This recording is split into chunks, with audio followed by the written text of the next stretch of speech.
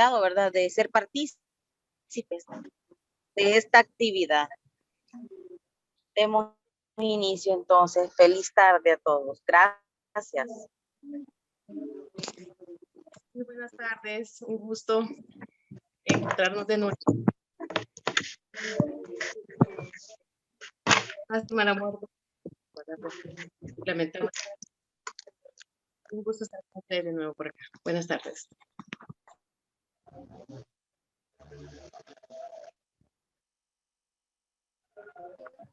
Igual recordarles que pueden hacer sus preguntas a través del chat o al final de la capacitación, ustedes pueden hacer su pregunta.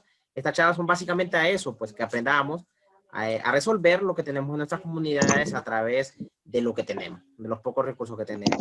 Recordarles también que al finalizar con estas 3 capacitaciones, se hace, los que hayan cumplido los requisitos de los participantes, pues obtendrán su certificado que esté reconocido a través de la Facultad de Ciencias Médicas y Telesan, pues, y también de UTES, por parte de la Universidad, de la Facultad de Ciencias Médicas. Entonces, los que han estado en un 80% de las capacitaciones, pues, vamos a hacer llegar su certificado. Este será a través del correo electrónico. Entonces, sin más que decir, doctor Michan, bienvenido, gracias realmente por la oportunidad y por haber aceptado esta invitación a participar en este tema de hoy. Agradecemos mucho realmente, ha sido muy buen trabajo que hemos hecho con los diferentes posgrados y específicamente también con el posgrado de otorrinolaringología. Estamos muy agradecidos y yo sé que estos temas han sido de mucha importancia. Así que le damos la bienvenida, doctor, y la capacitación queda a su... Bien, buenas tardes. Solo quiero que me confirmen si escuchan el audio. Sí, doctor, se escucha. Excelente. Le vamos a pedir a todos los que nos acompañan esta tarde que silencien su micrófono para no escuchar las interrupciones. Bien, el tema que le solicitaron al posgrado de otorrino desde el año pasado era accesos profundos del cuello. Los micrófonos, por favor, ponerlos tú lo puedes poner también en mute a todas las personas.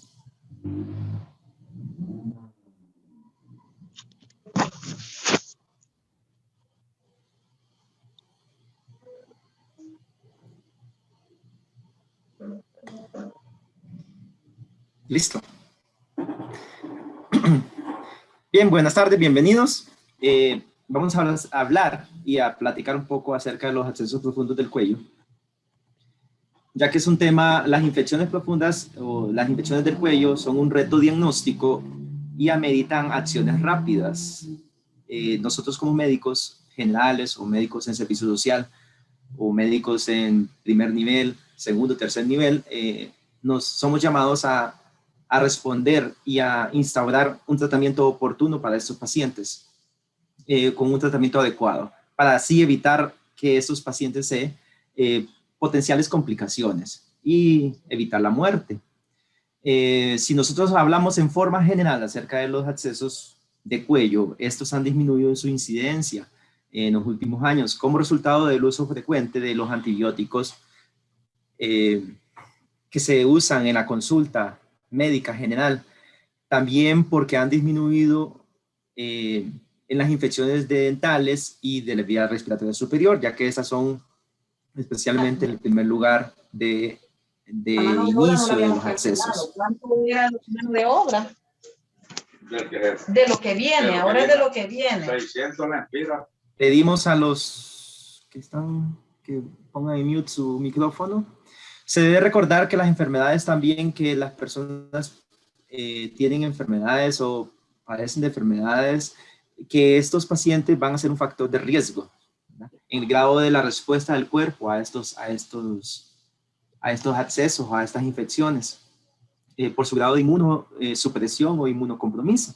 Consecuentemente, las manifestaciones de estas infecciones pueden estar ausentes al inicio de las enfermedades. Entonces, El objetivo de la charla de esta tarde, si ustedes pueden observar, es realizar un diagnóstico temprano, darle un manejo médico oportuno, y si estamos en el primer nivel o segundo, realizar la referencia oportuna de estos pacientes. Como les decía, uno de los objetivos es evitar la muerte o las complicaciones de estos pacientes. Entonces se hacen múltiples estudios para ver cuáles son las causas de los abscesos, y si ustedes pueden observar la gráfica, nosotros en el cuello podemos tener múltiples localizaciones de los abscesos, desde una región submandibular, parafaringea, amigdalina, del espacio masticatorio, de la región prevertebral. Pero en los estudios mencionan que la causa más frecuente de los abscesos profundos de cuello, realmente, cualquiera sea su localización, es el origen odontológico. Entonces, es por eso que nosotros en el primer nivel o en aquellos sésamos que contamos con un servicio de odontología, es muy importante mantener una higiene bucal de las personas, más si estas tienen factores de riesgo, diabéticos, hipertensos, con desnutrición. Sin embargo, se dice, según los estudios, que el espacio periamigdalino se caracteriza porque el origen de los abscesos realmente es la infección propia de la amígdala, que se puede propagar a los demás espacios. El espacio parafaríngeo también tiene un porcentaje. Acá, si nosotros vemos, la amígdala tiene un buen porcentaje, más del 70% de causa, y por la proximidad que tiene esta a los otros espacios, entonces ahí también se puede propagar lo que es la infección. Las lesiones de tráquea, por otro lado, o de esófago por cuerpos extraños, o aquellos pacientes que han sido, después de una maniobra de intubación forzada o muy rápida, podemos también estar provocando lesiones intempestivas en la vía orotraqueal de esos pacientes, y ahí podemos tener el origen de los abscesos.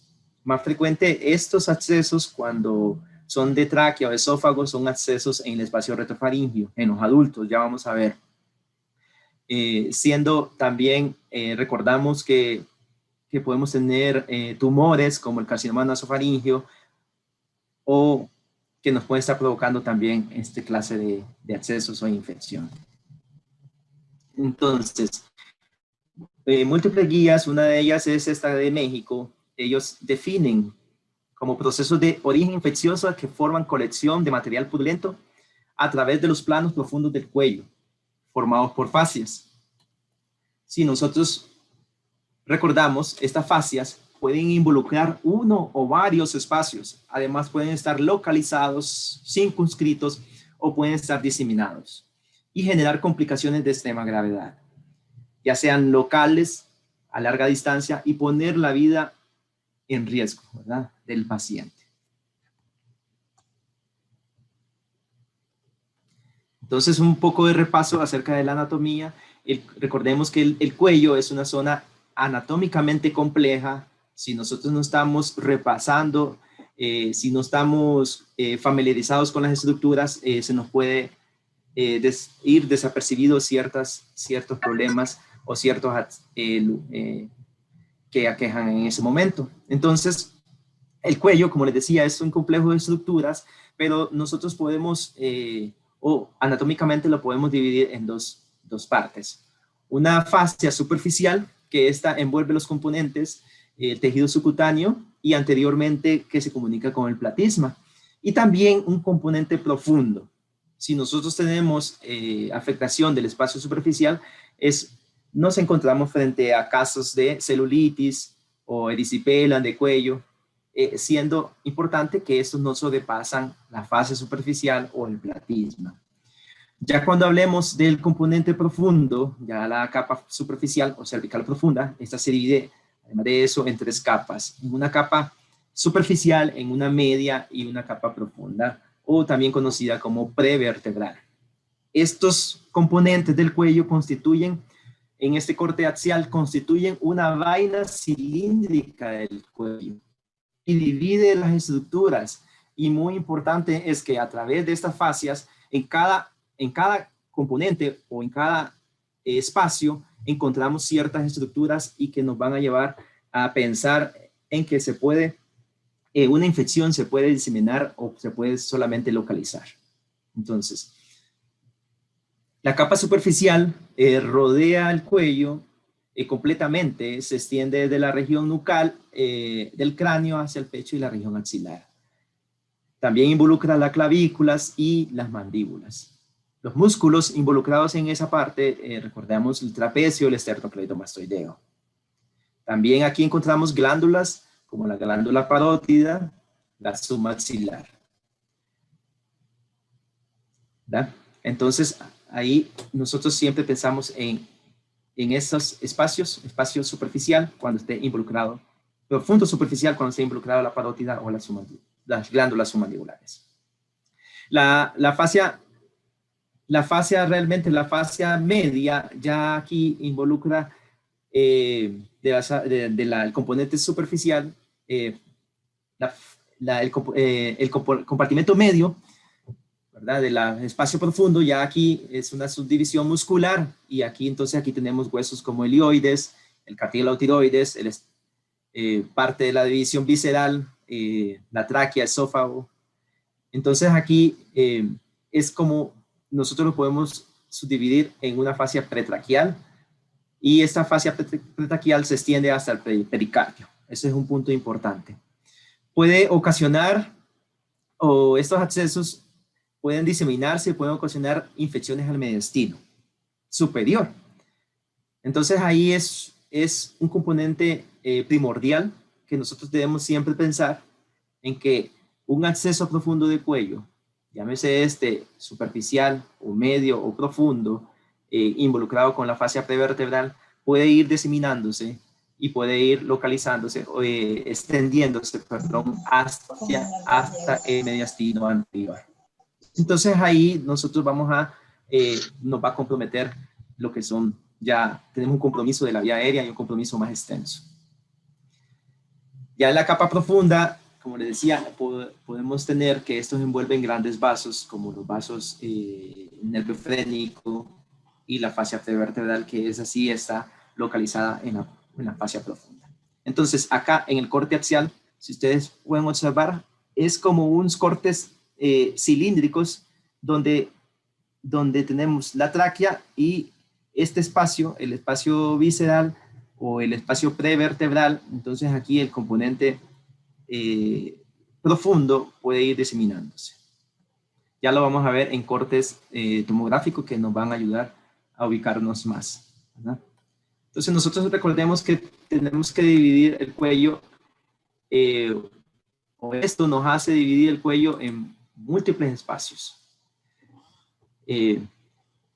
Tres espacios de importancia clínica y que nosotros podemos examinar, no necesitamos tomografía o si no tenemos a la mano rayos X, son estos tres espacios que les escribí ahí. El espacio submandibular, el parafaringio y el retrofaringio. Son muy importantes, o son importantes clínicamente porque el primer espacio, el submandibular, que se encuentra en el triángulo submentoniano y submandibular, este espacio permite, nosotros al examen físico nos permite evaluarlo y podemos ver la progresión de esta infección si es que estamos pensando en algún acceso localizado. Y como todos tienen comunicación entre sí, estos espacios pueden involucrar no solamente un espacio, sino que involucrar el segundo y el tercero, y ahí es cuando podemos ir complicándonos. El espacio parafaringio, o también conocido como el faringo lateral, se localiza en la área lateral del cuello y se subdivide, o lo podemos subdividir en dos compartimentos, uno anterior o muscular y el posterior neurovascular. Y el retrofaringio, que es el espacio también conocido como prevertebral, el cual se subdivide, tiene un espacio que también es conocido como el espacio peligroso. Aquí tenemos que pensar que los accesos o la diseminación puede ir directamente hacia el mediastino anterior. Y este espacio retrofaringio se extiende, vamos a ver si tenemos una imagen, se extiende desde el área de la base del cráneo hasta el mediastino. Por lo cual es muy importante que si nosotros pensamos que la persona tiene afectación de la vía aérea o en primera instancia clínicamente, que satura y que tiene compromiso clínicamente por un acceso y involucra el espacio retrofaríngeo, nosotros sospechamos siempre pensar un poquito más en que se esté diseminando y que nos llegue a comprometer la vía aérea y poner en peligro la vida del paciente. Entonces aquí estas infecciones del cuello también pueden ser infecciones del tórax, ¿verdad? Y el espacio, y por último, el espacio prevertebral, este se extiende también desde la base del cráneo y todo el espacio prevertebral, o sea, hasta el coxis.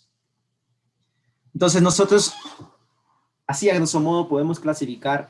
Claro que esta clase no es de clasificar de dónde está localizado, sino que es darle tratamiento oportuno, referencia oportuna y tratamiento inmediato al paciente. Podemos decir que tenga un acceso superficial o que tenga un acceso profundo del cuello que involucra esos 3 compartimentos que le había mencionado. Profundo superficial, profundo medio o profundo, que es el profundo, como podemos decir, que es el retrofaríngeo o el prevertebral. Entonces nosotros podemos localizar los accesos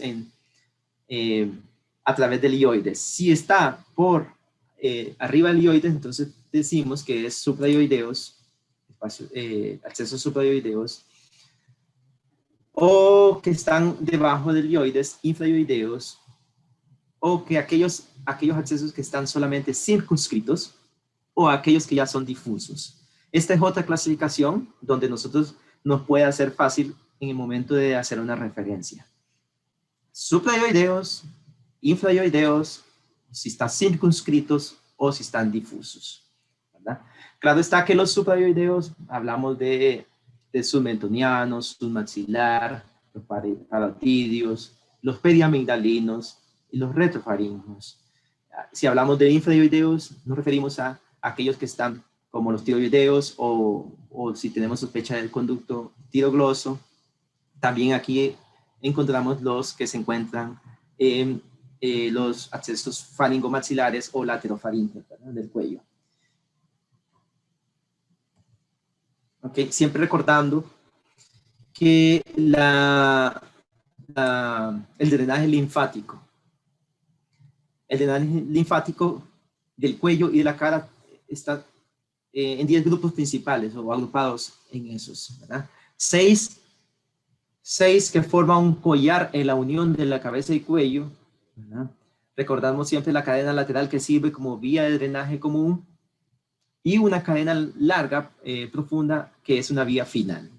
Entonces acá estos ganglios se van a inflamar y van a aumentar de tamaño en cuestiones de infecciones. Si tenemos en el oído, podemos tener adenopatías retroauriculares, ¿verdad?, o preauriculares. Si tenemos acá en la parótida, los periparotidios, los submaxilares, submentonianos, también tenemos los occipitales, los cervicales superiores, medios o inferiores y los mediastínicos, y también los traqueales. Esa es una forma de nosotros revisar al paciente y dividir más o menos en cuanto a su drenaje linfático y sospechar si algún lugar de estos ganglios linfáticos están inflamados, venir de algún lugar o localizar más el sitio de la infección.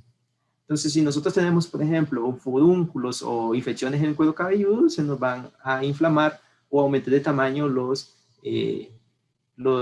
ganglios linfáticos que se encuentran retroauriculares o preauriculares si está una infección de oído. Entonces, este cuadro es de la Revista Médica de Costa Rica. Ellos agruparon, o ellos decían que los accesos o los sitios de infección están como, todos pueden llegar a una sola vía, o sea, todos se pueden comunicar. Si ustedes pueden ver el espacio, si tenemos un problema bucal o en el diente, entonces acá nos puede llegar a producir un acceso maxilar, que esto también se puede propagar a un acceso mandibular. y puede también distribuirse o irse hacia el espacio masticador o el espacio submandibular, ¿verdad? Y más atrás o hacia lateral, el espacio faríngeo lateral, siempre pensando en las amígdalas, las parótidas, ¿verdad? Y también que la vaina de la carótida está involucrada ahí, y el cráneo. Y como les decía, si el acceso va encaminado hacia el espacio retrofaríngeo, puede llegar hasta el mediastino, que ya aquí sí tenemos que actuar y de inmediato, ¿verdad? Y pues que pone la vida del paciente en peligro. Ok. Si nosotros hablamos de la etiología, como les había comentado, la mayoría de estos provienen de los dientes. Entonces la higiene oral o bucal de las personas es muy importante. La recomendación siempre es 2 veces al año, una vez por mínimo, una vez al año, acudir al dentista. En aquellas personas también que padecen de infección, de enfermedades, inmunosupresión, o aquellas que han estado en tratamiento con quimioterapia, que andan inmunocomprometidas, ¿verdad? La diabetes mellitus tipo 2, siempre hay problemas con estas personas. Entonces la etiología de los abscesos realmente es polimicrobiana. ¿Por qué? Porque la flora normal de las mucosas, hay un sinfín de bacterias gram negativas, anaerobios, gram positivas. Entonces ellas se aprovechan de la inmunosupresión y ahí es donde se forman las infecciones. Anaerobios orales, y ahí están las bacterias que son las más frecuentes, ciertas bacterias de Prebotella o especies de Pectostreptococcus o la Actinomyces, ¿verdad? Siempre pensando en eso. Entonces, aquellas personas que han tenido procedimientos, una extracción dental, una extracción molar, ahí puede ser la vía de entrada de las infecciones. Siempre al examen físico uno tiene que buscar en los dientes, revisar carrillo, ¿verdad? Irse más atrás. Entonces aquí las infecciones faríngeas también nos dan un sinfín de bacterias anaerobios orales, Streptococcus facultativos, particularmente Streptococcus piógenes, y muchas bacterias anaerobias que nos pueden estar produciendo faringoamigdalitis o faringitis o abscesos faríngeos. ¿Qué cuadro clínico nosotros podemos tener? Esto es un cuadro de puras frecuencias que nos pueden llegar a servir mucho, porque nosotros podemos sospechar en sinfín. Todo absceso nos puede producir fiebre. Entonces, por eso que el 93% de las personas ahí en el estudio dieron que tenían fiebres. Linfadenopatías es otro punto importante, que, como les decía, tenemos que buscar ganglios, ¿verdad? El dolor cervical, el tercer lugar, tortícolis, odinofagia, trismus, cialorreas, estridor. Pero si bien el cuadro de un paciente con un absceso tiene factor común como dolor, fiebre, leucocitosis, la presentación clínica de los abscesos va a depender de su localización propiamente dicha. De este modo, existen cuadros de disfagia, alteraciones de la voz, cialorrea, elevación del piso de la boca, o nosotros podemos pensar en que tenga algún problema de infección y que esté afectando el espacio submandibular, ¿verdad? Si ya tiene disfagia, trismus, pensar en eso, en la úvula, si hay desplazamiento de la línea media de los parafaringeos, entonces pensamos en un espacio que esté afectando el espacio parafaríngeo, ¿verdad? Nos aquejan de odinofagia, alteraciones de la voz, abombamiento del pilar anterior o la amígdala, si ustedes la miran llena de pus, o el pilar anterior abombado, todo el paladar blando, pensamos en que esté afectado el espacio periamigdalino. Trismos, tumoración, aumento del tamaño de gingival, odinofagia también, o problemas al masticar, ya en sí puede estar afectado el espacio masticatorio, ¿verdad? Y así va, es un sinfín de síntomas. Entonces nosotros tenemos que agrupar esos síntomas y dependiendo del examen clínico, los hallazgos al examen físico, más otras pruebas complementarias que nosotros vamos a realizar, y cómo va evolucionando el cuadro, nosotros también podemos ir dirigidos a que donde esté siendo afectada y también para darle un tratamiento oportuno. Identificar la patología realmente y el tratamiento oportuno en estos pacientes y derivar al paciente serían nuestros objetivos en cualquiera de estos casos. Entonces acá, si tenemos con nosotros rayos X, importante, las rayos X no necesariamente tener tomografía. Si ustedes pueden observar, esta es una proyección apilateral de una rayos X de cuello. Tiene una gran utilidad, pero está un poco limitada. Pero sin embargo, nosotros podemos ver o visualizar lo que es la columna de aire y ver si tiene compromiso de esta, ¿verdad? Si ustedes miran en esta rayos X, esta es la anteroposterior, ¿verdad? Entonces la columna, si hay compromiso de la columna de aire, si ustedes miran, esta es una buena rayos X, aquí está la columna de aire. Pero si esta es la lateral, la columna de aire, y si aquí están las vértebras, ¿verdad? Y ustedes miran que la distancia entre la vértebra, el cuerpo vertebral en la parte anterior y acá la columna de aire está aumentada o hay un agrupamiento. Entonces nosotros fácilmente podemos decir que hay un compromiso del espacio retrofaríngeo. Esto añadido con la historia, ¿verdad?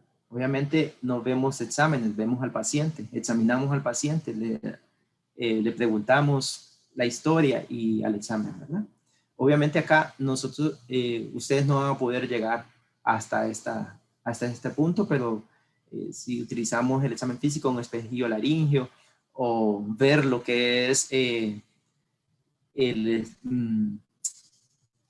la pared posterior, podemos ver si hay abombamiento, pensando en un parafaringeo, pero ya acá es ya de más abajo. Este paciente, la historia de este paciente es que se había tragado un hueso de res y le había perforado acá.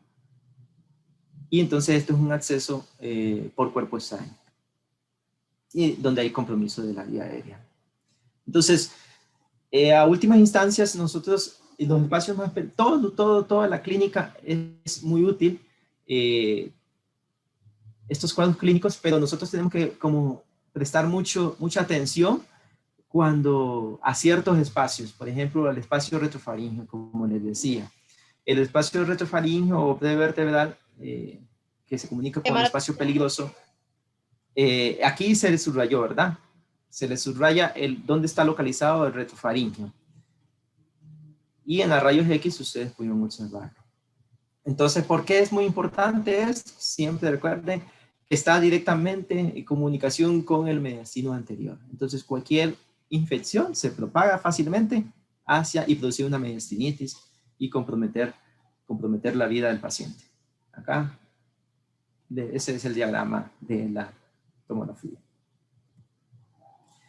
Entonces, este es el logaritmo de cómo nosotros tenemos que actuar.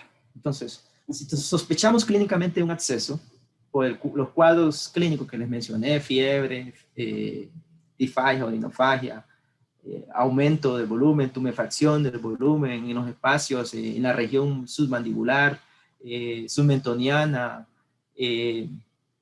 la voz en papa caliente, el aumento del piso de la boca. Entonces nosotros tenemos que asegurar primeramente la vía aérea. No podemos estar dándole tratamiento vía oral a un paciente que tenga problemas o que nos vaya a cursar con problemas en la vía aérea. Entonces, si hay compromiso de la vía aérea, entonces acá está la derivación inmediata que debemos de intubar paciente, debemos de asegurar esta, ¿verdad? Por medio de estas vías. Claro está, iniciar antibiótico empírico y pedirle sus cultivos o hemocultivos y por mientras él va evolucionando el paciente, ¿verdad? Exploración física, si el paciente está séptico, es un apoyo vital, ingresarlo, siempre realizarle su estudio, que en este caso la tomografía es el estudio de elección, la tomografía con contraste, es el estudio de elección de esto. Entonces, una vez que nosotros sospechemos de que el paciente tenga compromiso de la vía aérea, nosotros en Otorrino tenemos varios instrumentos que nos permiten evaluar directamente la vía aérea y así decir, ¿tiene compromiso o no tiene compromiso de la vía aérea? Una visualización directa por medio de la laringoscopía directa. Entonces, acá les voy a reproducir el video y lo voy a tener en ciertos puntos acá. Si ustedes pueden observar, hay un abombamiento de la pared posterior o de la pared faríngea posterior que empuja la entrada de esta es la epiglotis, bueno, ahí no se vio muy bien, pero acá, la epiglotis, ahí abajo están las cuerdas vocales, y esto era un acceso. Entonces, este acceso está bombeando esta pared y va a producir el compromiso de la vía aérea. Vamos a darle play al video para que la sigan viendo todo. Esto es mediante la laringoscopía directa o la nasofibrolaringoscopía que nosotros tenemos en el servicio.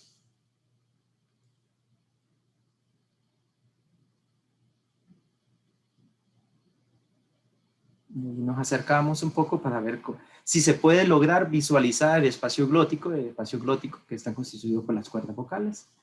Y si ustedes vieron, hay un compromiso de la vía aérea. Entonces, a este paciente, realmente, ¿qué es lo que tenemos que hacer? Asegurar la vía aérea, ya sea intubación directa o por medio de la fibrolaringoscopía, podemos también intubarla.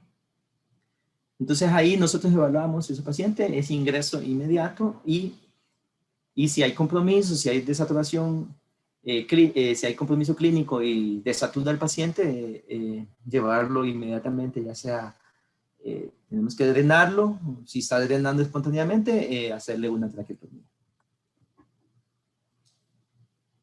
Ok. Siguiente. Ok. Entonces, el manejo que nosotros debemos de darle a todos estos pacientes, o ustedes les pueden dar en primer nivel, es que la antibioticoterapia es sistémica, hidratación al paciente, estabilización del paciente. Usted lo pueden valorar en 48 horas para ver si el tratamiento empírico o el antibiótico empírico está dando resultado. No esperar más tiempo. Entonces, si no hay respuesta, si el paciente está mal, o si sigue mal, si hay más compromiso, el drenaje quirúrgico está, en este caso, está recomendado, pero recordar siempre, si no quedarnos con el paciente, derivarlo a un segundo nivel o a un tercer nivel para que le demos el tratamiento oportuno. Entonces, antibióticos que nosotros podemos tener, penicilina procaínica, metronidazol, recordar siempre las bacterias anaerobias, gram negativas, que dependiendo del lugar, ¿verdad? De los accesos también lo podemos dar en forma empírica como primera elección, pero ya en segundo o tercer nivel, ya nosotros la recomendación, las guías recomiendan iniciar con cefalosporina de tercera generación y agregado también puede ser metronidazol o clindamicina. Nosotros en el servicio siempre lo dejamos con 2 antibióticos, ceftriaxona y clindamicina para cobertura de anaerobios y gram negativos y gram positivos. Y el drenaje, ¿cuándo realizamos drenaje? Cuando hay una falta de mejoría clínica después de 48 horas, como les decía. Después del inicio del tratamiento, 48 horas, si no mejora, hay que drenarlo. Hay accesos grandes, entonces accesos mayores de 3 centímetros, hay que ir a drenarlo, que involucren los espacios de vertebral, anterior o carotidio. ¿Por qué? Porque esos son los espacios que pueden llegar a afectar o a comprometer la vida. Cuando tenga más de 2 espacios involucrados, estos accesos que son producidos por dentales, siempre hay compromiso de 2 espacios, siempre comprometen el espacio submandibular y el espacio submentoniano, ¿verdad? Y si ya afecta el espacio sublingual, entonces ya ahí tenemos la angina de Ludwig, que ahí la lengua se levanta y obstruye, la lengua se va hacia atrás y ahí obstruye, no produce compromiso de la vía aérea. Y aquellos accesos que no fluctúan, o sea, que tienen fluctuaciones del acceso, que hay que darle antibiótico para para después tratar de drenar. Entonces, pero también nosotros podemos tener accesos que no necesitan drenaje, como los diagnósticos de celulitis o accesos limitados a un espacio, claro está, por estudio de imagen. Estos 48 horas, si usted mira que la mejoría clínica es buena, entonces podemos manejarlos sin drenaje. Pacientes sin datos de descompensación metabólica. Estos pacientes, como les mencionaba, ellos se descompensan, tienen hiperglicemias, hacen problemas para controlar esa glicemia, entonces hay que tratarlo, hay que manejarlo en forma integral. Pacientes sin factores de riesgos asociados, muchacho que tenga algún acceso localizado, entonces le podemos dar drenaje, 48 horas mejora, pues ahí lo podemos manejar. Entonces los criterios de referencia, número 1, todos los pacientes con acceso profundo de cuello ameritan un tratamiento mínimo en un segundo nivel de atención. ¿Por qué? Porque estos pacientes hay que hidratarlos, hay que compensarlos metabólicamente, hay que vigilarlos. 2, pacientes con complicaciones graves y que pueden llegar a complicarse con mediastinitis, choque séptico, entonces estos ameritan manejo multidisciplinario y es un nivel terciario, un nivel 3 de atención. Y aquellas unidades, obviamente, que no cuenten con materiales humanos capacitados para realizar el drenaje quirúrgico. Entonces estos accesos, si usted está en un EVAIS, los EVAIS en las noches cierran, entonces mejor derívelo al segundo nivel, a las áreas, a los hospitales regionales, y ellos pueden enviarlo al hospital terciario si amerita tratamiento. Esta es una forma rápida de evaluar lo que son los accesos profundos de cuello. Claro está que ustedes deben de repasar y deben de valorar en forma individual al paciente y ver quién amerita referencia, quién puede quedarse en su centro o en su hospital y quién no, ¿verdad? Entonces, les presento este caso clínico, un paciente de 51 años de edad, es un paciente del Seguro Social en enero de 2020, acudió al servicio de otorrino referido de una Clipper por lo que ustedes miran en la imagen. Entonces, ustedes pueden observar acá, es un aumento del volumen. Claro está, no se puede decir si está blando, si está duro. Entonces, eso lo hace uno en la clínica, examina, y esto nosotros le decimos fluctuante, o sea, que está blandito, que ya está pronto a fistulizar, a drenarse espontáneamente. Posterior de un retiro de alguna muela, entonces se le produjo un acceso, una infección submandibular y que fue progresando y que está afectado lo que es la región lateral del cuello. Entonces, antibióticos IV hay que darle a ese paciente. Compensación metabólica, pues hay que hacerle estudios.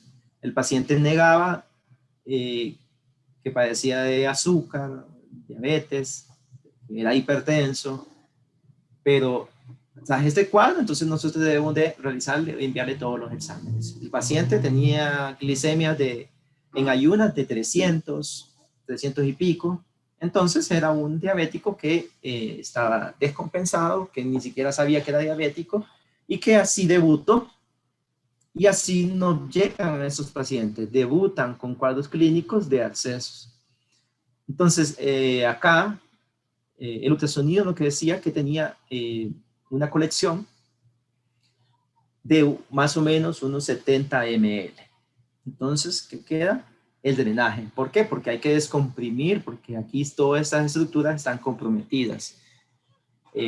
Obviamente es un acceso en un espacio profundo del cuello, submandibular, submentoniano o ya aquí lateral, que puede llegar a propagarse. Entonces, para que no haya más compromiso, nosotros hacemos una incisión y ponemos un dreno y hacemos el drenaje.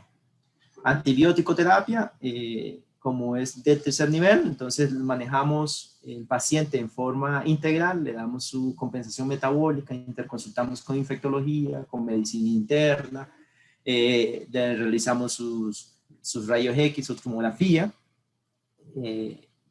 y hacemos el drenaje.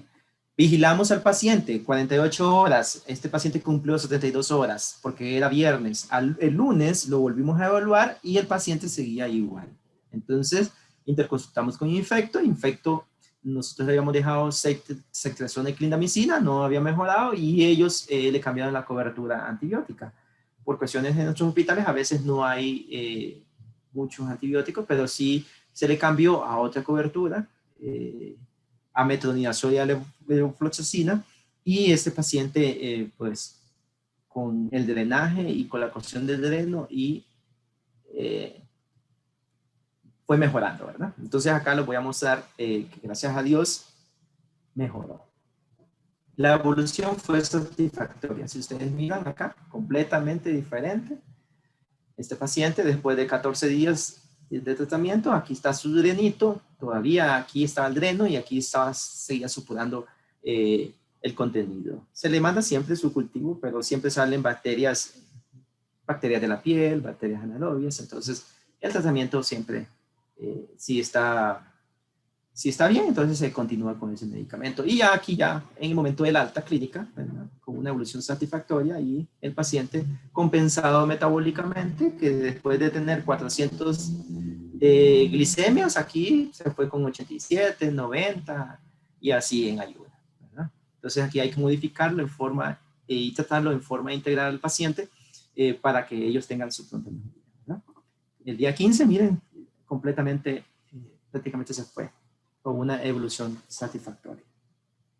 Y eso era lo que les traía en esta tarde acerca de los abscesos profundos. Puntos importantes a recalcar es diagnóstico clínico, examen físico, diagnóstico clínico oportuno, referencia oportuna, tratamiento antibiótico empírico. Si no mejora las 48 horas, aquellos abscesos que están fluctuantes los podemos drenar. Siempre estos pacientes, segundo, tercer nivel de atención, es muy importante. Y que no nos quedemos con estos pacientes y hacerle hincapié al paciente de que acuda, ¿verdad? Y que no tenga miedo a los centros, a los hospitales para poderle drenar y darle tratamiento oportuno.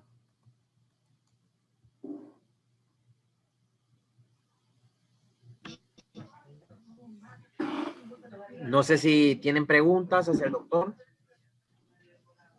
Las pueden hacer. Solo voy a habilitar sus micrófonos.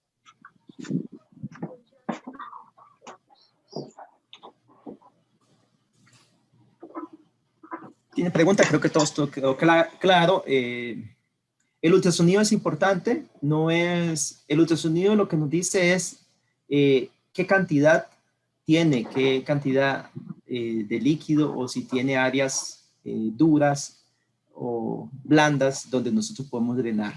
Si encontramos ciertos que están muy profundos, entonces radiointervencionismo también puede drenarlo o puede marcarnos, hacerle un marcaje con un ultrasonido, y nosotros ahí donde está marcado metemos una aguja y aspiramos con una aguja, lo drenamos. Al inicio este paciente que les mencionaba se drenó con una jeringa y con una aguja número 18, una gruesa, una 16. Entonces se lo tuvo la muestra para cultivo. Pero después, a los días, sí se hizo una incisión en piel y se le colocó su dreno Penroot. Si no tienen dreno, pueden utilizar un dedo de un guante que le pueden colocar para que drene. Y Perfecto. Doctor, fíjese.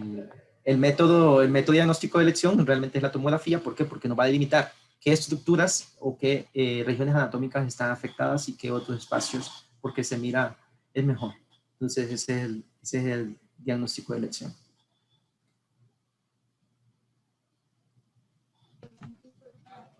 Hay una pregunta en el chat, doctor, que nos dice ¿cómo podría diferenciar yo un absceso profundo del cuello con una patología maligna?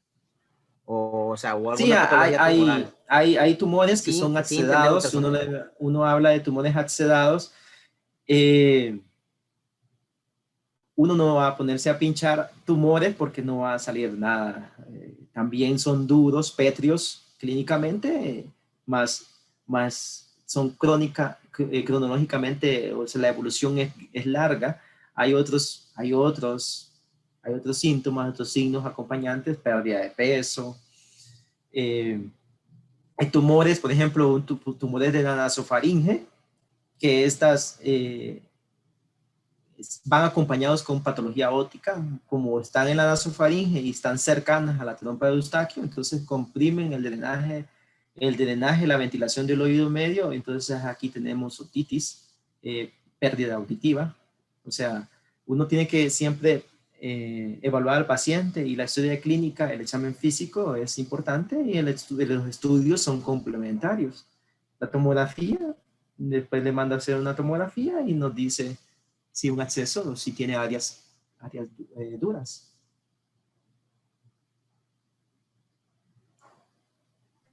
Si tenemos un paciente que si tenemos un paciente que después de extracción dental, a los 10 días empieza con aumento de tumefacción, aumento de volumen, región maxilar o submandibular, como decimos nosotros, submentoniana, pensamos en un acceso. Fiebre, leucocitosis. Siempre la sospecha clínica va primero.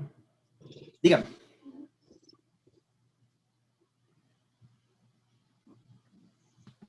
Con respecto a los antibióticos, ¿cuáles consideraría ustedes que serían los de elección?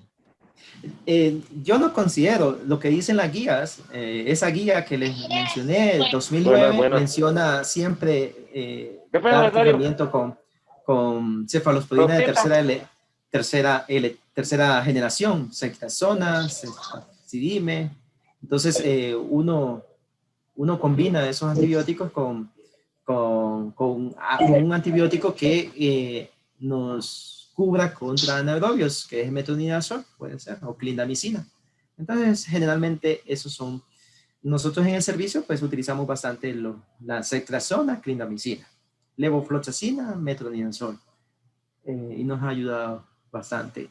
Estos pacientes, lo ideal, la guía menciona que cultivos, hay que mandarle el cultivo y ahí el antibiograma nos va a decir si es resistente o no a ciertos antibióticos. Usted va a ver la mejoría clínica, 48 horas, 72 horas tiene para ver si el antibiótico, si la persona ha respondido al antibiótico por su mejoría clínica. Obviamente, un acceso, se le da antibiótico, el acceso, si usted no lo drena, va a continuar, ¿verdad? Sino que ahí va a estar, tiene que drenarlo.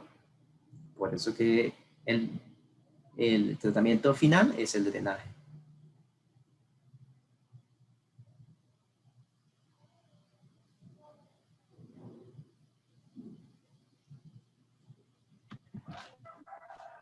Perfecto. No sé si alguien creo que quería hablar la vez pasada.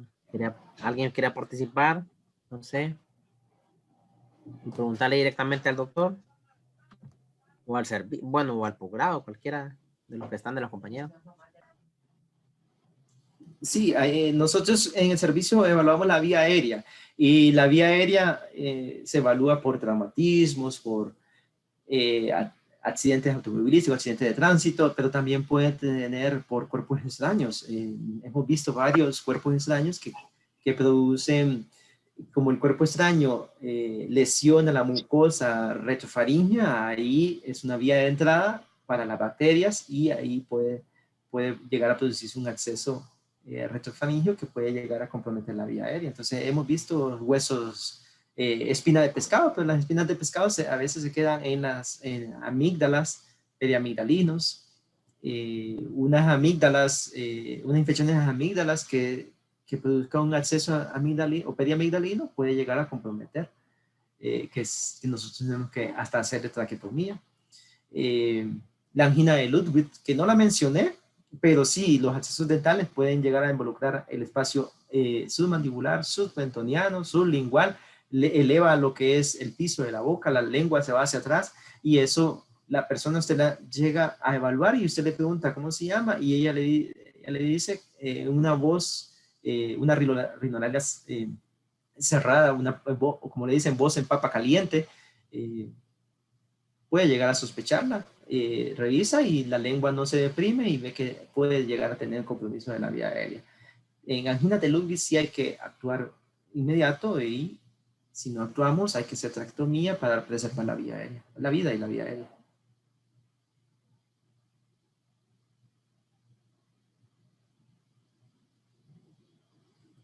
Entonces, en esta charla yo realmente... Perfecto, gracias, doctor. En forma práctica. Sí, Juan Carlos, fue una forma práctica, fácil, práctica sencilla, que nosotros podemos recordar y que hay que darle tratamiento a las personas, referirlas más que todo. Ustedes que están en los centros de segundo nivel. Bueno, muchas gracias, doctor. También recordarles que el compañero Kevin les envió una encuesta. Esta encuesta va orientada más que todo a la satisfacción y para ir mejorando también en estos procesos de educación virtual. Entonces, nada más agradecerle, doctor Mindu, Sí. por la excelente charla que hemos tenido hoy. También esta charla va a ser subida al canal de YouTube Telesan, así que los invitamos a que se suscriban. Ahí están todas las charlas. Y pues invitarles a la próxima charla que va a ser el día viernes a la 1 de la tarde con el tema conjuntivitis, con el posgrado de oftalmología. Así que sin más que decirle, doctor, muchas gracias, muy amable de su parte y a todo el resto de auditorio que nos escucha. Creo que hoy se ha aprendido algo nuevo, o sea, y un manejo, etcétera, que va a servir de mucho. Esto pues siempre orientado a dar un mejor servicio a nuestra población. Así que gracias. Yo creo que estábamos conectados con diferentes partes del país, así que la tecnología hoy por hoy nos permite llegar hasta el último lugar o al último rincón de nuestro país. Así que muchas gracias. Gracias, doctor, y saludos. Ay, saludos, gracias. Muchas gracias.